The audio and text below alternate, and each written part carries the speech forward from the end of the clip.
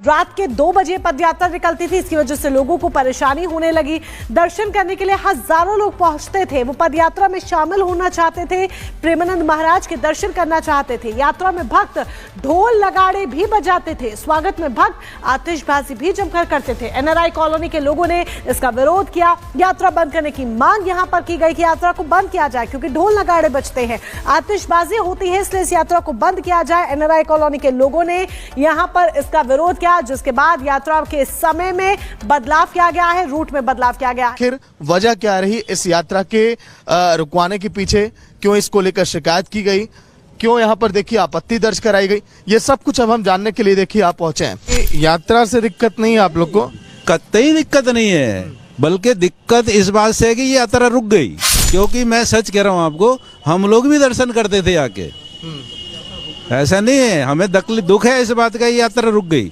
हम प्रार्थना करते हैं, निवेदन करते हैं, यात्रा जरूर यहाँ से निकालें वो कि पदयात्रा का जो समय है वो अब बदल दिया गया है। अब अगर आपको दर्शन करने हैं तो सुबह 4 बजे पदयात्रा निकलती है। यात्रा रूट में भी थोड़ा सा बदलाव किया गया है। विरोध के बाद रास्ता बदला गया है। एनआरआई कॉलोनी से अब यात्रा नहीं जाएगी। कॉलोनी वासियों ने भी इसके लिए माफी मांग ली है कि उन्होंने जो शिकायतें की थी वो सब वापस लेते हैं। और यात्रा के दौरान आतिशबाजी, ढोल नगाड़े बंद कर दिए गए हैं और ये उनकी शिकायतें भी थी। अब आपको बताते हैं कि यात्रा जब से शुरू हुई है उसके बाद प्रेमानंद महाराज के भक्तों में भी भारी उत्साह देखने को मिल रहा है। प्रेमानंद जी ने जब से लोगों का शिक्षा दी है तब से सब लोग सुधर गए हैं। और ये एनआई ग्रीन वाले बेफालतू की बातें कर रहे हैं। महाराज जी तो बहुत, राधा रानी के कृपा है महाराज जी के ऊपर।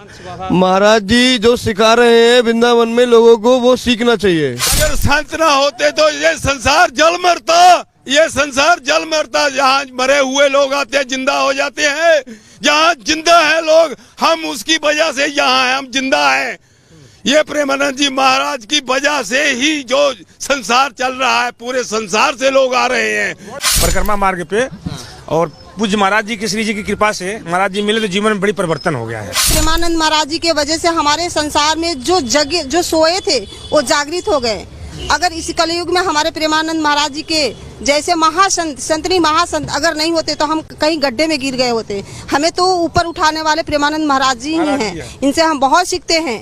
उच्च विचार के हैं, उनका सादगी, उनका शांत स्वभाव, वो हमारे मन को कहीं ना कहीं झंझोड़ दिया है। तो एक बार फिर से शुरू हुई यात्रा में कुछ बदलाव किए गए हैं। आखिर पहले और अब की यात्रा में क्या कुछ अंतर है वो हम आपको आसानी से, आसान भाषा में समझाते। देखिए, पहले जो पूरी यात्रा है वो पैदल चलते थे प्रेमानंद महाराज जी, लेकिन अब कुछ मीटर ही दर्शन देंगे और गाड़ी में चलेंगे। मार्ग में पहले आतिशबाजी होती थी, लेकिन अब आतिशबाजी पर बैन लग गया है। भक्त पहले ढोल नगाड़े बजाते थे, लेकिन अब ढोल नगाड़े बजाने की मनाही हो चुकी है। एनआरआई कॉलोनी से जाते थे पहले लोग, अब प्रेम मंदिर से होते हुए जाएंगे प्रेमानंद महाराज जी। रात 2 बजे निकलती थी पहले यात्रा, लेकिन अब सुबह 4 बजे निकलती है यात्रा। ये बड़े बदलाव हुए हैं जिनका आपको ख्याल रखना होगा। पूरी यात्रा पहले पैदल चलते थे, लेकिन अब कुछ मीटर ही दर्शन देते हैं, क्योंकि बाकी पूरी यात्रा गाड़ी में सवार होकर करते हैं प्रेमानंद महाराज जी।